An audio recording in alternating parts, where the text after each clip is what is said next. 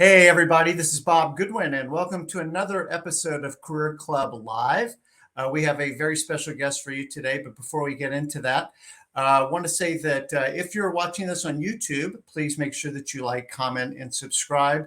And for all of you listeners on whichever podcast platform you happen to find us on, please do leave a review and rate us. It really does help, so thank you so much for that. Today's episode is brought to you by our newest service called Next Placement, which is our innovation in the career transitioning services for companies that are transitioning employees, where we're taking a more people-centric, empathetic approach to helping transitioning employees. So without further ado, let me introduce our guest today, Rajamannar. Raja is the Chief Marketing and Communications Officer for Mastercard and President of their healthcare business. Raj is consistently recognized globally as a highly innovative and transformational leader in his field, as recognized by some recent accolades, including Global Marketer of the Year, awarded by the World Federation of Advertisers, Top 5 World's Most Influential CMOs by Forbes, Top 10 World's Most Innovative CMOs by Business Insider, and an inductee into the CMO Club Hall of Fame. Whew, wow. I'll catch my breath, and I know I only read about half of it. So with that, Raja, welcome. Thank you very much. Really appreciate having me here, Bob. No, it's my pleasure. So where do we find you today? Where are you? I'm in New York today. Oh, very good. So I want to be mindful of our time. Our habit is usually to ask just a few icebreaker questions. So if you would indulge me for a second, it kind of helps people get to know you a little bit as a human being besides your legendary status as a marketer. So just very quickly, where were you born and raised? I was born in a city called Hyderabad in India. Mm-hmm. And I lived in India almost till I was 32 years old. And then I left the country at that stage. And since then, I have been living abroad in different countries, different geographies around the world. And in the United States, I have been around since 2001. Very good. Now, we have to call this one out. And where do you reside these days? I live in Cincinnati, Ohio. Of course, where everybody that knows what's going on lives, Cincinnati, Ohio. That's where we are as well. Just a little bit about your family. So I'm married for the last, how many years is it? Around 34 years. Very good. Congratulations. My wife and we are happily married. We have a good understanding. I work hard at outside office and she works hard at home. Amen. And we have two boys. The first guy, he is 31. And my second son, he is 26. And they are both blessings. Exactly. So congratulations. 34 years, that's quite an accomplishment. We don't see that quite as much these days. We may even talk about loyalty somewhere in this conversation. So that's a good one. And then what do we find you doing when you're not at work? What are hobbies or areas of passion for you? So I read a lot and I enjoy reading a lot. I listen to a lot of music. I go out on walks. I explore the world. I travel to different places. And when I go on work, I try to take a day or two after my official engagements are over. That's where my vacation gets mostly spent. And I like the local cultures, the local architecture, the archaeological ruins, and all kinds of things. My interests are pretty diverse. And I also really try to spend a lot of time going to the universities, and I do guest lectures to the students as well as to the members of the executive management programs that are there at various colleges, business schools. So this is what I do and keep myself generally busy. Okay, so a couple quick questions just to do a deep dive. In terms of music, what's the genre and maybe a couple of your favorite artists? Genre, essentially, I would say is Bollywood. Bollywood. They are silly, but they are fun. So that's one thing I love quite a lot. I listen to country music. And I also like music which is more melodious and softer. And those are the areas which actually grab my interest. That's very cool. And then with respect to travel, what's kind of on your top 3 list of places you have not been yet that you'd love to go to? There are quite a few, actually. The top 3, I would say. I haven't visited a number of countries that I do want to in the African continent. That's something which is, I have only been to Egypt and South Africa and Kenya in Africa, but other countries I have practically not gone there. So I would like to do that. I would also like to go to Maldives, which I haven't been there. And I would also like to go to Sri Lanka, which also I have not visited. Oh, very good. Well, I suspect that your travels will allow you to pick those up sometime in the not too distant future. So that's cool. I hope so. So it is like beyond a pleasure, Raja, to have you and to be able to get a few minutes of just your expertise.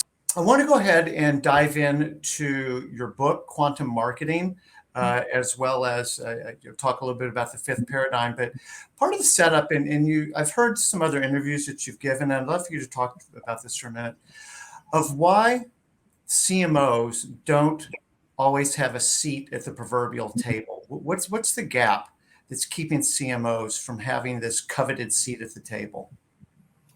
So I think this is something which is, I would say, self-inflicted by the CMOs themselves. Mm-hmm.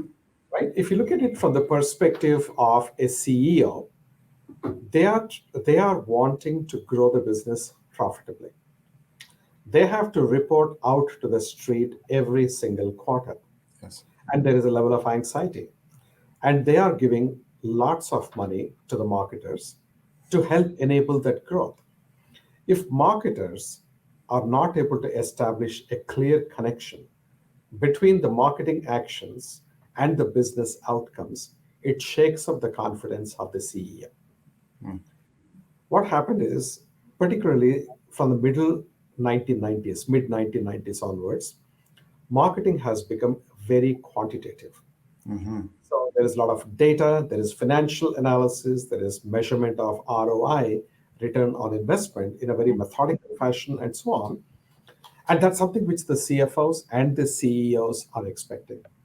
But unfortunately, many of the CMOs who have reached that position, essentially through the qualitative side of marketing, they understand psychology, sociology, design, consumer studies. It's all very, very, very intuitive, right-brained, qualitative. Whereas the market reality has moved to the left brain side, which is technology, data, numbers.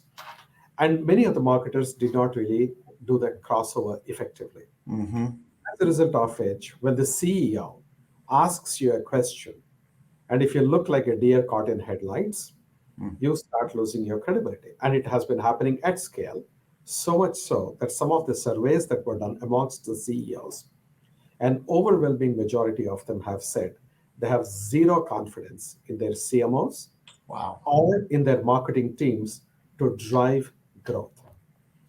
As a result of which, they have started, in some cases, companies like Johnson and Johnson have eliminated the role of a CMO altogether. So we're not talking about some obscure industrial companies which you don't anyway associate sophisticated marketing with, but you talk of blue chip companies like J&J. Coca-Cola was off a CMO for some time, but of course they have brought somebody back.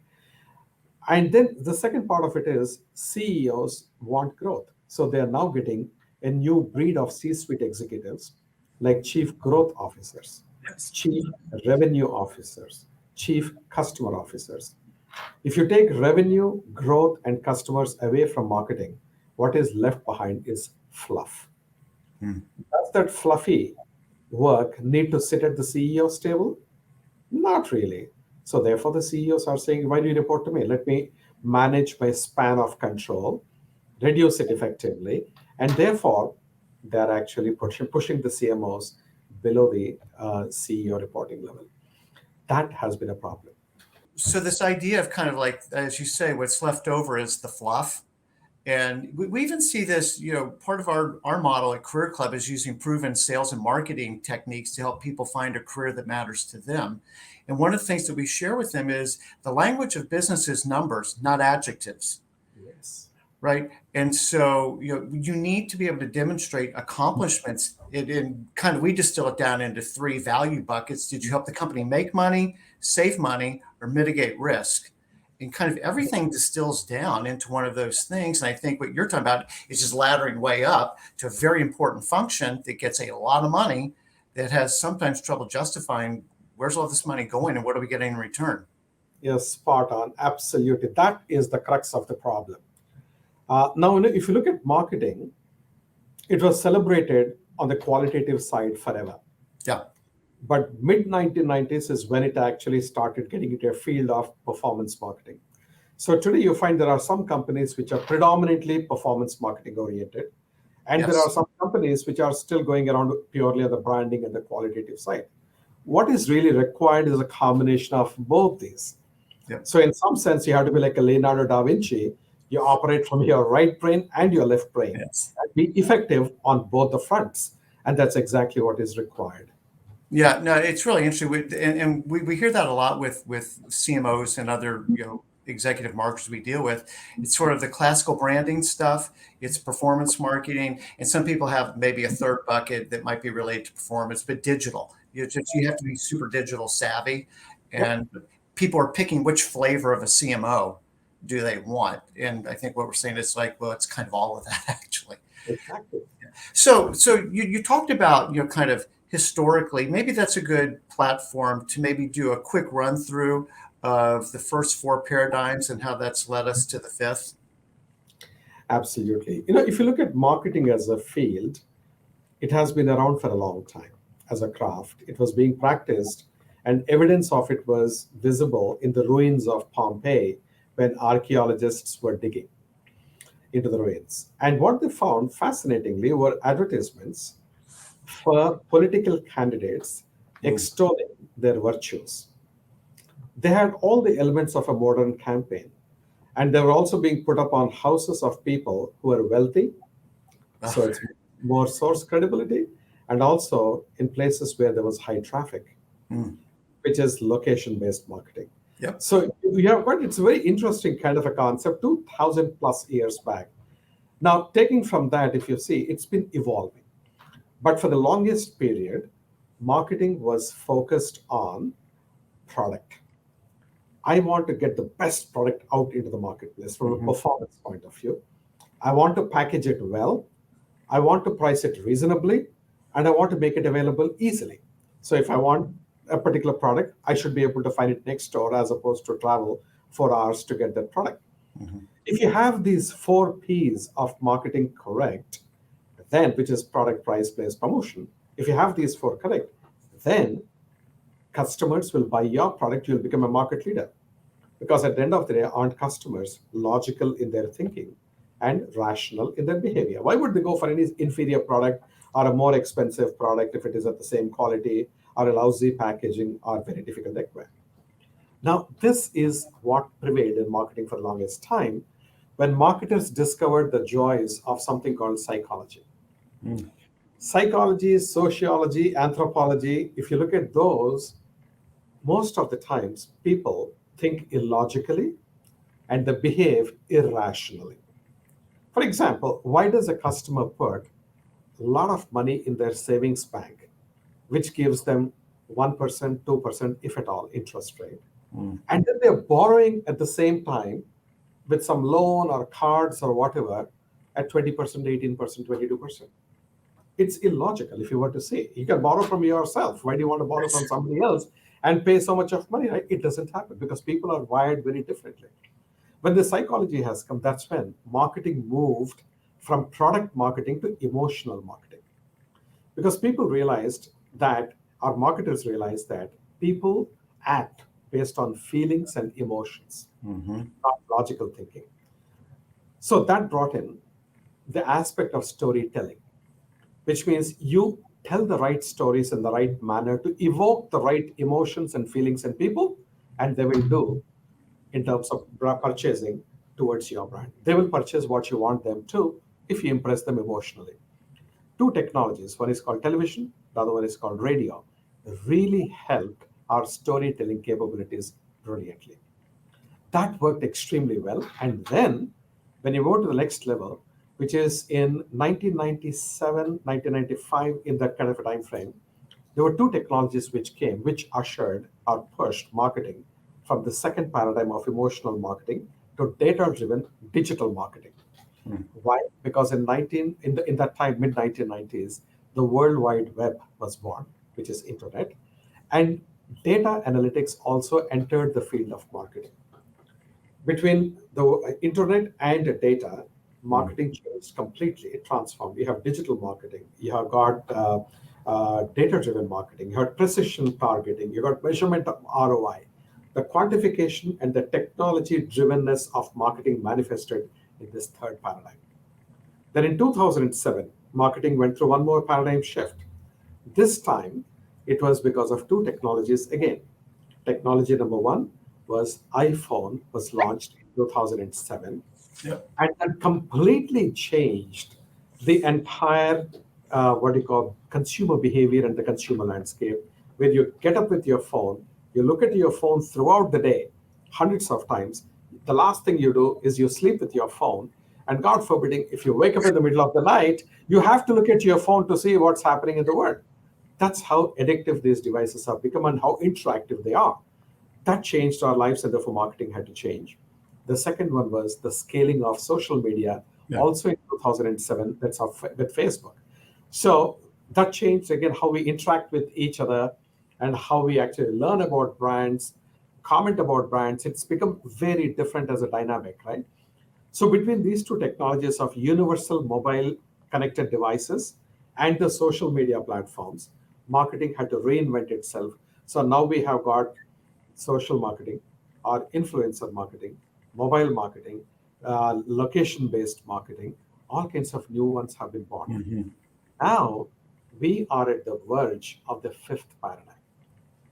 The paradigm shift is not being enabled by two technologies this time, but by 24 different technologies. Oh my goodness. Incredibly powerful technologies. Artificial intelligence, augmented reality, virtual reality, blockchains. You've got 3D printing, 5G telecommunications, autonomous driving vehicles. You got wearables, you got Internet of Things. The list goes on and on and on. So you got 24 of them. Each one is incredibly powerful by itself. And the confluence of these 24 technologies is going to be mind-blowing. It's going to be a disruption that we will witness in marketing that is as yet unprecedented. And all the classical ways of doing marketing, including the theories, the practices, the strategic frameworks, all have to be reinvented and reimagined for this fifth paradigm. And that reimagined way of doing marketing is what I call quantum marketing. Yeah, and so it is overwhelming in one sense. If I can quote you for a second, you talk about this tsunami of emerging technologies, right? But then we've got the tectonic cultural shifts that are happening, right? Because society's not staying, stable in one sense, and then just the explosion of data that all this technology is creating. So not just what we're experiencing, how we're experiencing it, but with the information that all that is gleaning, like my pulse and my sugar rate and just everything. Yep. So all of this is kind of coming at marketers simultaneously, and the rate of change is never going to be slower than it is today, right? It's only speeding up. So, break that down a little bit for marketers of like, then how do I prioritize? How do I not just drown in the quagmire of change?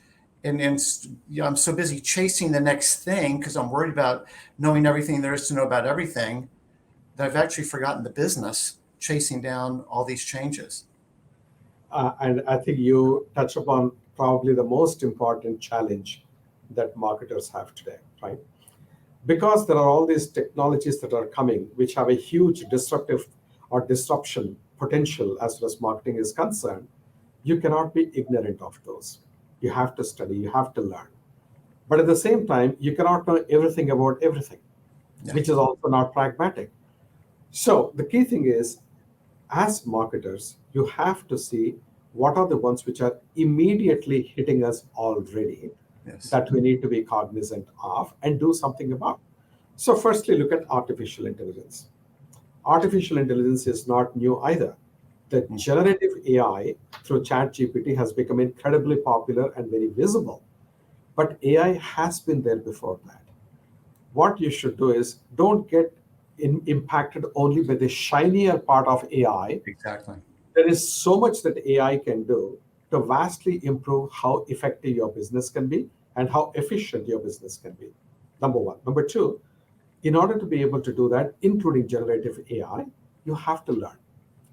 There is no choice but for you to learn. quite a few programs which are available, either online programs, or you can take mentoring sessions. There are even YouTube videos to explain what AI is. Mm-hmm. And there are marketers who are very willing and able to help other marketers to come up the curve. There are associations like ANA or WFA, which have got rich material that you can access. So I think there are a lot of resources available, and for at least learn the subject to an extent where you get the fundamental concept and you are able to ask the right questions. You may not have the answers, but you have the right questions. And if the answers are provided, you know whether that answer has got any substance or is it fluff. Because today, everyone who comes and pitches for business says, oh, my business is powered by AI. Now, I actually very nerdily sat with the head of AI of Mastercard and asked him to teach me about AI. And I took classes from him. I did a Coursera course on AI. I read up tons of books on AI. Now, at least to the extent now, I will not call myself an expert in AI by any stretch of imagination, but I know enough to understand if somebody is telling me facts and substance or somebody is spinning and giving me fluff. Mm-hmm. That is important. And how many vendors I see on a daily basis who keep coming. And so if they say my solution is powered by AI, I ask them, explain how exactly do you do it? They don't have a clue. And so that's one thing which is very important, particularly when there is so much of noise and excitement around AI. Now, there are areas like augmented reality or mixed reality that are extremely important for you to understand. With the recent entry of somebody like Apple, which announced their device very recently, mixed reality You're device, anticipating one of my questions. This is good. Go ahead. right? That's going to be something which you have to learn. We don't know how successful it will be and how quickly successful it will be if it is indeed going to be successful. But you cannot just watch the world go past you. Try to grasp what the concept is. Spend half an hour, 45 minutes is all it takes you to really get to the basics and the important points that you need to know. Investment of time to learn is very critical at this point in time. The last thing I would also say is that, all of us, we allocate time for different things in our life. It's important that we have to invest a little bit of time for learning. At this stage and age, I still spend about 5 to 5.5 hours every weekend trying to learn something. And that's basically to also inspire my own team to say, if I can do it, so can you. Mm-hmm. And most of them are much, much, much younger than me.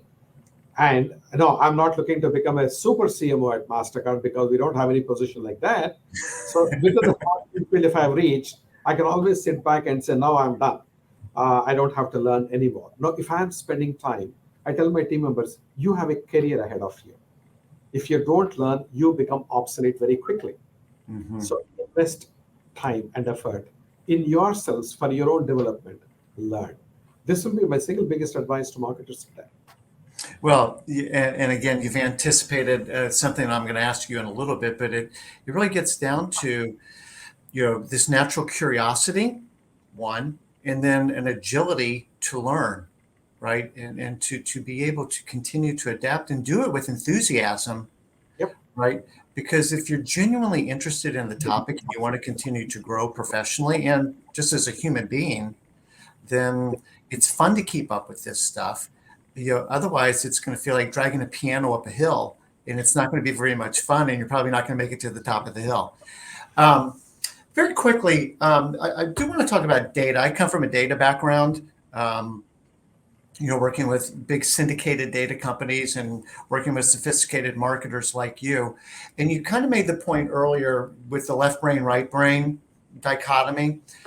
This is probably an unfair question. I'll probably just show my ignorance here, but just to make a point, if you had to choose between a brilliant creative and a brilliant data strategist, what would you pick? Any day, brilliant creative. Because? So, in a world where data and technology are advancing so much, the competing field becomes very leveled because the same technologies are accessible to every company, irrespective of its size, because the cost of those technologies has become so affordable. on the one hand. So there is a democratization of the computing field that technology enables. Number two, you got data. There are so many legitimate data vendors who are out there that you can get a ton of data. So access to data by itself is not a problem, but of course you have to be careful that you're getting permissioned data and not data that has been siphoned off the consumers without their knowledge. Yes. So you want to be ethical and absolutely have the highest levels of integrity and protect consumers' privacy. Now, if these two are actually largely going to be also driven by AI, and have been seeing this trend over the last 5 years, the machines are able to provide a ton of support to you. Number one. Number two, you also have got a lot of companies willing to partner with you on the data side and on the technology side to help you advance the agenda very quickly. Now, in a world where things are democratized because of data and because of technologies, the differentiation happens through creativity and innovation.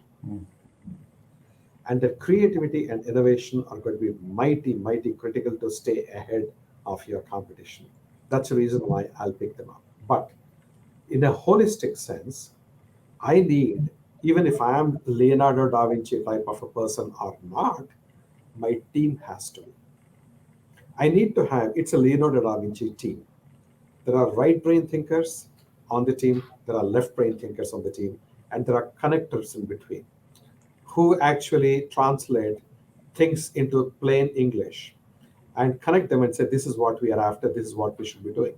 So this is what you need to do. So in fact, as I have written in my book as well, you need to build Leonardo da Vinci type teams because it's not easy to find Leonardo da Vinci type individuals. The rare individuals who have capability and have the dexterousness on both sides of the brain, they may not want to come and join in marketing. They want to start their own company, or they want to join consulting. They want to join Silicon Valley, whatever else it is there. So therefore, in a situation where you're constrained by attracting real holistic general management kind of a talent, you at least want to make sure that you have people, the composition of your team complements, and you have a real wholesome team. And I really appreciate what you're saying about the team and not looking for unicorns and perfect people and, once every 10,000 years kinds of folks like a Leonardo da Vinci.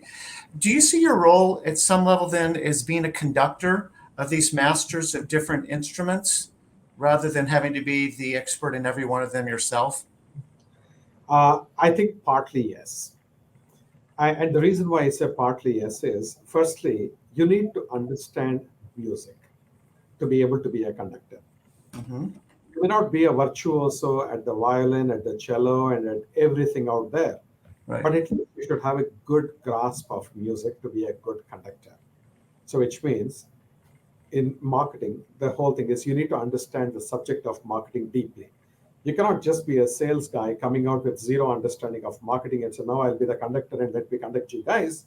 Right. No, you need to understand marketing to be able to conduct marketing, number one. Number two, you're not only coordinating them as a conductor, but you're also inspiring them and pushing them to do their best.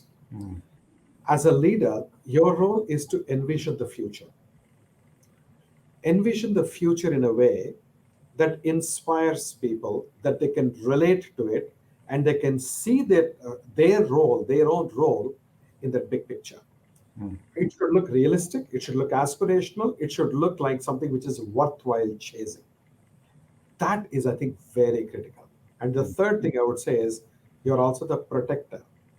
In a world where marketing is probably sometimes undervalued in many companies, you have to be an evangelist for marketing.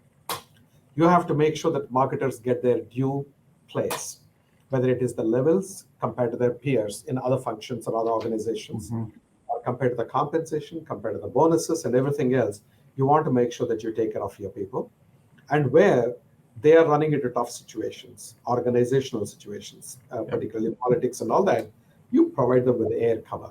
So you play a very different kind of a role. It's not just only a conductor, Yes. but you're also trying to do these other things as well. Well, on that last point, it sort of gets to our first bit about you need to be able to justify. And if you can justify, it makes that case a whole lot easier when you're in that protector, defender, advocate kind of a role. Um, Speaking kind of topically for a minute, um, there's been a couple of brands and maybe a few more than a couple of brands that have stepped in it recently, um, trying to find their way of having purpose, being culturally relevant, and then somehow fell outside of, you know, being in favor, if I could say it that way. Um, what is your advice? What's your point of view on how to remain culturally relevant without accidentally stepping on a landmine? Yeah. So there are plenty of landmines at this stage in the world, right? And you have to be extremely cognizant.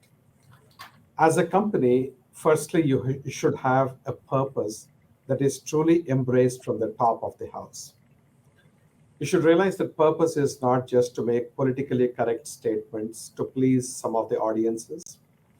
It should not be just a nice quote for your CEO in the annual reports and the annual publications, or for him or her to make those sound bites at their speeches. There has to be true purpose because, on the one hand, many 87% of the consumers are expecting corporates or corporations, big brands, to be absolutely purpose driven on the one hand.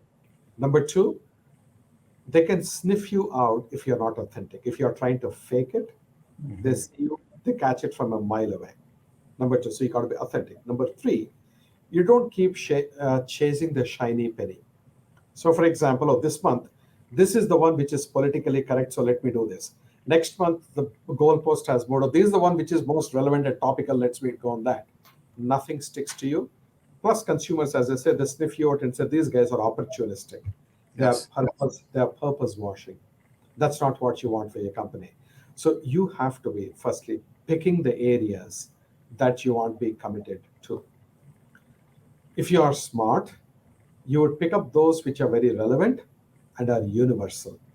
Hypothetically, if you look at young people who are going without food, and you say, look, I want to do something for young people, young boys, girls, to feed them because they're in an underprivileged situation. Mhm. Whether you're on the left side of the spectrum or the right side of the spectrum of political leanings, you don't say don't feed children. Right. You can choose topics like that. If you want to cure cancer, nobody is going to say, why are you doing curing cancer? Okay, I want to help cure cancers, do that. So I think the first stage, if you have not done anything in this space, choose genuine causes that appeal across the entire spectrum Hmm. You, and then move forward. you know, If you have, one of I told you earlier that we use sales and marketing principles, and help apply that to people managing their career. And one of the things that we talk about is convictions lead to clarity, because clarity is knowing what to say yes to and what to say no to. And to me, that's the hallmark of a brand, is actually knowing what to say no to, not just what to say yes to. And when you've got convictions, and they have to be authentic, it has to be real. And we could be speaking about Mastercard, or we could be speaking about Mike Jones looking for a job. When you've got convictions that lead to clarity, clarity brings confidence. So you can go to market with confidence, right? Not arrogance, and not an an underdeveloped sense of humility. Well, I want to be very shy. I don't want to say anything. It's like, no, this is real. Like, this is coming from the heart. This is who I really am. And when you're confident, and again, I think we could easily make the analogy to marketing messages. But when, as human beings, when we're confident, we sit up straighter, we modulate differently, we smile more, right? Because we're being authentic, we're being human. And the beauty of confidence is it's contagious. When you believe, you make me believe. And again, I think with the marketing that you're talking about, I'm resonating with so much, because I believe it's really grounded in authenticity, and not, as you say, chasing the shiny object of what's the kind of cultural topic this morning. Let's go chase that. exactly. I think you articulated it beautifully, and that's exactly what I think is the right way to go about it. And one additional point I would also add is if you're a company which has been doing things consistently for a period of time, And if you very sincerely and genuinely believe in a particular cause that divides the population, if you have that confidence and conviction in that particular cause, go for it. Mm-hmm. Okay, the idea is not to stay clear of political controversies. The idea is, are you true to your values? Yes. Are you true to your purpose? And if you are, go forth. Go for it. Amen. Um, I want to be mindful of the time. So much of marketing, feels like it is, or probably just is, focused on the consumer, the customer. It's outward facing from the organization. We work a lot with CHROs of big companies. Mhm. And there's a talent war going on. There's talent acquisition, there's talent retention, there's all the stuff about hybrid work and going back to the office and all this stuff. What role do you see marketing playing for actually building the brand of the company from a talent perspective? How would you work with your CHRO in that way? So this reminds me of the conversation I had with my CHRO a few years back. And I said, look, as a company, if you look at our brand should be consistent across all the audiences, meaning our customers, our consumers, our partners, our and investors, and our Yes. employees. Our employees also need to experience exactly the same thing. I cannot create priceless experiences for outsiders and not my own employees. I Yes. cannot talk in a particular tone and voice to outsiders and a different tone to my employees. So I said the consistency is very critical. And we agreed that the function of internal communications would actually move into a joint area. It used to be reporting into the CHRO. We said it will have dual reporting now to CHRO and the CMO. Hmm. Second, externally, when you're going to attract talent, particularly, for example, colleges and all that, Mhm. it's like event management, it's like sponsorships, which marketing does all day long. So we said we will take over that area, Yes. and which we did. Number three, when you are trying to influence the children or the kids or the students in these colleges uh, through case studies that showcase what your company is doing that is unique, Yes. differentiated, etc., you get into the minds and hearts of students much earlier. Mhm. And when the time comes for them to choose, hopefully they're enough inspired by the good work that you're doing that they will choose you. It's marketing, right? Absolutely. And so what we started doing is these kind of things pretty exhaustively. So today, for example, at our offices here in Mastercard, we have 40 professors that we are giving them a total walkthrough of our marketing strategy, of our tactics, and examples, and everything else, and encouraging them to ask us anything that they would want to. And we are offering to willing to offer any highly other than anything highly confidential. We're offering them a ton of stuff to say that if you want to case studies to demonstrate a particular concept, use current and contemporary examples as opposed Yes. to something which happened in 1990s or 1980s. The world is different. So we have started doing this as literally a function that marketing manages, but partners very closely with the CHRO.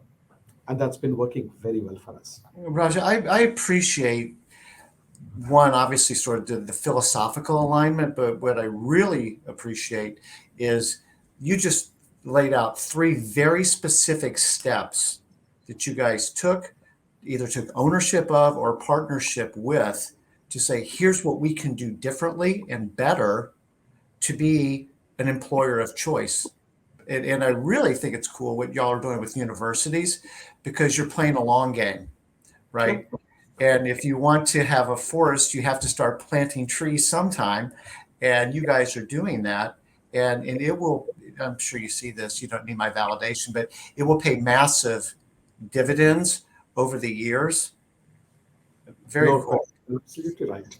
Um, so, last little bit here, and we started to touch on this, but when you're interviewing talent, so this is Mhm. somebody that may be joining the company, it might be a cross functional interview, it might be somebody for your team. What are the qualities that you're looking for, not just the experiences, but the qualities that you're looking for in talent that you're like, I want this person? Right. So the first thing, Bob, is we want decent human beings, Okay. people who are ethical, who have the highest standards of integrity, who are genuine, sincere, honest, and transparent. Mhm. That will be the first defining characteristic. So, what I always say is it's better to get very good human beings than to get very good professionals who are bad human beings. Mm. They'll be toxic for the culture. So every individual that you're bringing in is going to be an enabler of the culture. They'll be a part of the culture. You don't want anything to be vitiated. So that's the one I place number one priority on. Number two, what is this person's curiosity level and what is this person's learning agility? What have they read recently? What have they learned recently? Are they aware of what is happening in the world with different aspects of? Because as a marketer, you're not just only talking about the marketing campaigns and programs. You need to be environmentally very aware. Yes. What is happening in the world? Where is the culture going? What are people thinking? What are their aspirations? What are their insecurities? So, are you as an individual in constantly in touch with? And that happens if you are curious as opposed to being buried in your own work and that then get into that kind of a thing. So that's number two. Number three is I would say that are you someone who actually can partner well with other people? Mm. Because this is a team sport. Yes. It's not an individual sport. So from that point of view, are you able to be a good player along with other people? And if you are, that's great.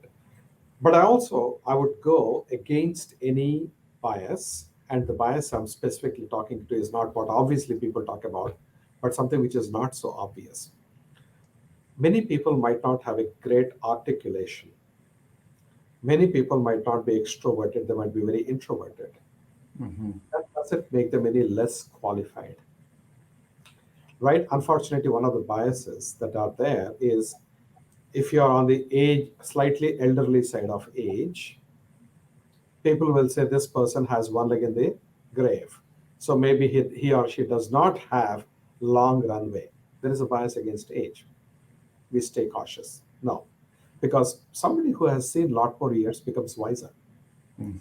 And it is a gift and a blessing to have such wise people on team. So age, you should genuinely not be bothered. In fact, if it is higher age, I'm actually biased in favor. Mm. Number one. Number two, is this person stylistically same as everybody else in the company or different? Yeah. When we talk of diversity, equity, and inclusion and all this stuff, are we looking at diversity of personalities? So I might be an introvert, but I might be a damn good person in terms of how I think, what I do, and how dedicated I am. In an interview situation, they don't do too well. The introverted people, they're either tongue tied or they don't know how to articulate. And particularly when you're looking at hiring people who are very good on creative side, they're mavericks. Mm. Or on the other hand, you're looking at people who are technology people, they are nerdy. They like talking to machines, not things. But these are the two who will make you successful. Yeah. So don't have the corporate template in front of your eyes and try to get people who are smart, who are smiling nicely, who have a lot of confidence in how they walk, and they and how they are dressed. Uh, I think that's all totally useless. Mm. That's how I would look at it. Okay. So it's very interesting. I appreciate what you're bringing up on the ability of people to articulate their story well. One of the things that we teach people and we invest in tools to help them is what I kind of under the banner of emotional intelligence, because a lot of times people are not as self-aware as they could be. And even to the extent that they are, they often lack the vocabulary to clearly communicate that to somebody else. So with our clients, we invest in tools and coaching around emotional intelligence for the exact reason that you said. They're wonderful people, human beings.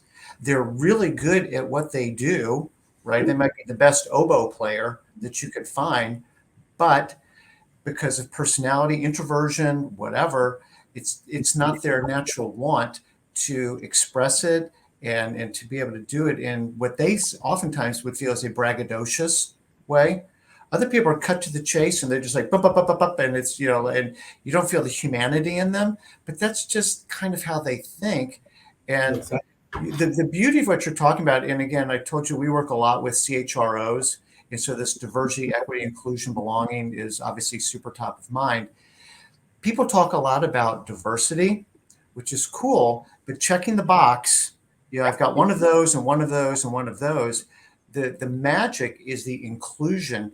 And sort of the problem with diversity is you get diversity.